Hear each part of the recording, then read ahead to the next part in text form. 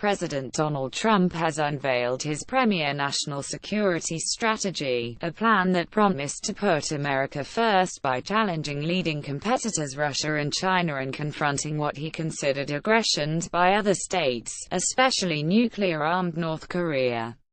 While each has traditionally been seen as inferior to the U.S.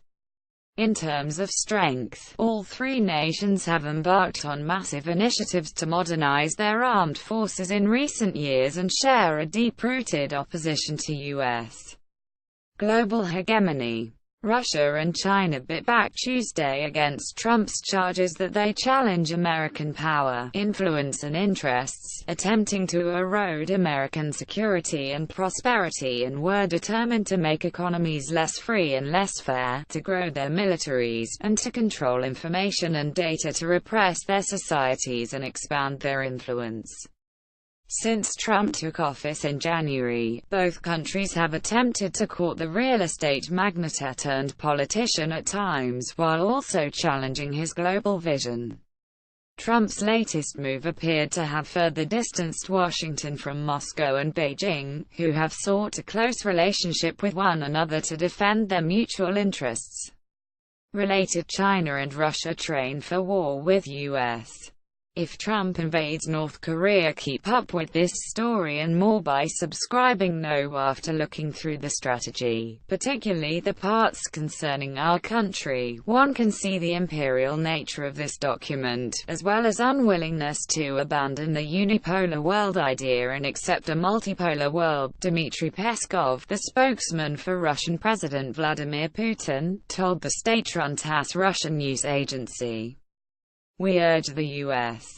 side to stop deliberately distorting China's strategic intentions, and abandon such outdated concepts as the Cold War mentality and the zero-sum game, otherwise it will only end up harming itself as well as others," Chinese Foreign Ministry spokeswoman Hua Chunying told reporters.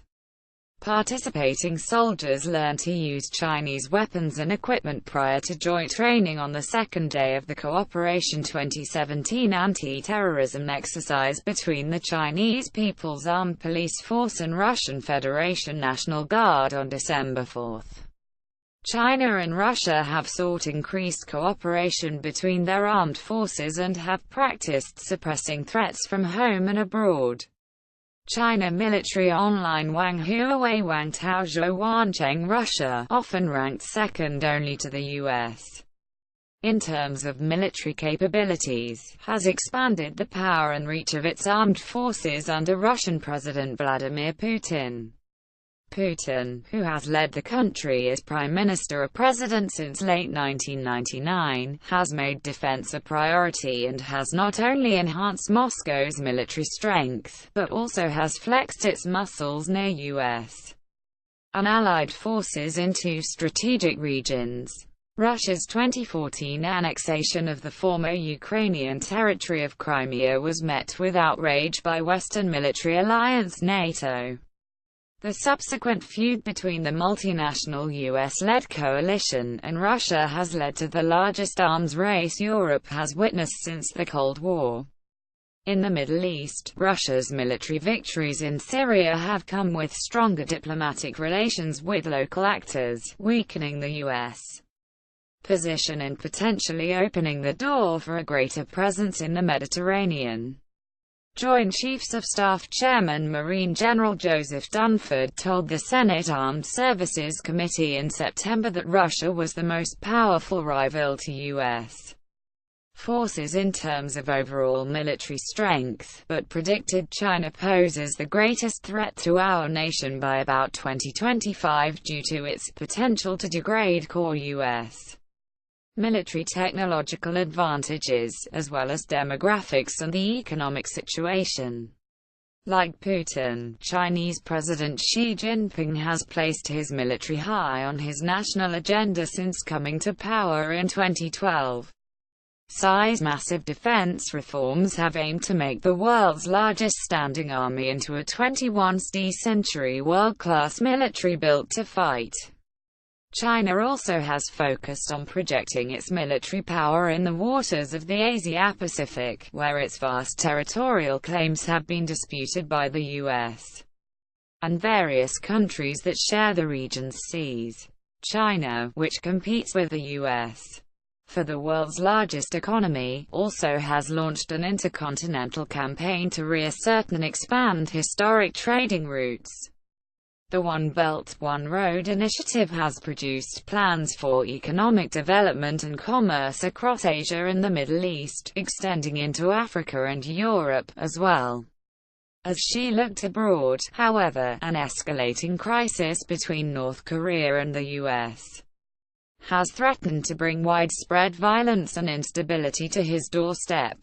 While Trump has taken diplomatic shots at both Putin and Xi, no leader has been more frequently targeted by the president than his young, millennial rival in North Korea. Trump vowed early on to stop Supreme Leader Kim Jong-un from testing intercontinental ballistic missiles (ICBMs) and a sixth nuclear weapon, but Kim managed to accomplish both in recent months, launching his most recent and highest ICBM late last month. The latest Hwasong-15 ICBM reportedly had the range to strike anywhere in the U.S., where defense systems were estimated to work only about half the time under perfect test conditions. North Korean soldiers attend a mass rally to celebrate Supreme Leader Kim Jong-un's November 29 declaration the country had achieved full nuclear statehood, on Kim Il-sung Square in Pyongyang on December 1. Russia and China oppose their mutual neighbors' nuclear weapons program, but also resist increased U.S. military presence in the region and have called for a diplomatic solution. Kim Won-jinap Getty Images. The U.S. has responded with more drills designed to show how easily Washington and its allies could overwhelm North Korea's massive, yet under-equipped military, but a letter by Lieutenant General Jean-Marc Joab, former deputy commander of U.S. forces in South Korea, claimed last month that the sudden outbreak of a conflict on the peninsula could result in U.S. forces being the ones outnumbered and undersupplied. In addition to urging Trump to accept their respective rising roles on the world stage, Russia and China also have criticized the U.S. leader for his hardline stance against North Korea. Russia and China share a border with a reclusive, militarized state and, although they both oppose Kim's growing nuclear and ballistic weapons arsenal, they also have rallied together against U.S. threats to disarm North Korea by force. Russia and China teamed up for a 5-day, high-tech joint missile defense exercise that finished over the weekend, and at least one Chinese commentator has said was intended to deter any potential U.S. military action, which could break out any time, according to other Chinese experts. Despite Russia and China's campaigns to catch up to the U.S., most analysts have still placed them far behind the Pentagon in terms of global military strength. In this handout image released November 13 by the South Korean Defense Ministry, USS Nimitz left, USS Ronald Reagan Center and USS Theodore Roosevelt Wright aircraft carriers conduct operations with South Korea's destroyers during a joint naval drill on November 12 in East Sea, South Korea. The U.S. Navy possesses more aircraft carriers than the rest of the world's militaries combined. South Korean Defense Ministry via Getty Images. In an August article for the National Interest, military expert Robert Farley concluded that the United States can still fight and win two major wars at the same time, or at least come near enough to winning that neither Russia nor China would see much hope in the gamble, but added that it bears emphasis that this situation will not last forever. The United States cannot maintain this level of dominance indefinitely, and in the long term will have to choose its commitments carefully. These concerns have manifested themselves in various documents produced by NATO, in which the U.S.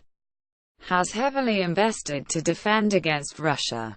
An internal NATO document, which was dated June and leaked by German newspaper Der Spiegel in September, showed that NATO's power had been atrophied since the Cold War and current command structures would quickly fail if confronted with an all-out war. NATO's latest Strategic Foresight Analysis report in September conceded that, as power is shifting away from the West toward Asia, the West's ability to influence the agenda on a global scale is expected to be reduced. Last month, NATO-affiliated NGO Globsec urged the transatlantic coalition to quickly adapt to the changing geopolitical climate and to reach out to China and other rising powers or else risk falling behind the pace of political change and technological developments that could alter the character of warfare, the structure of international relations, and the role of the alliance itself.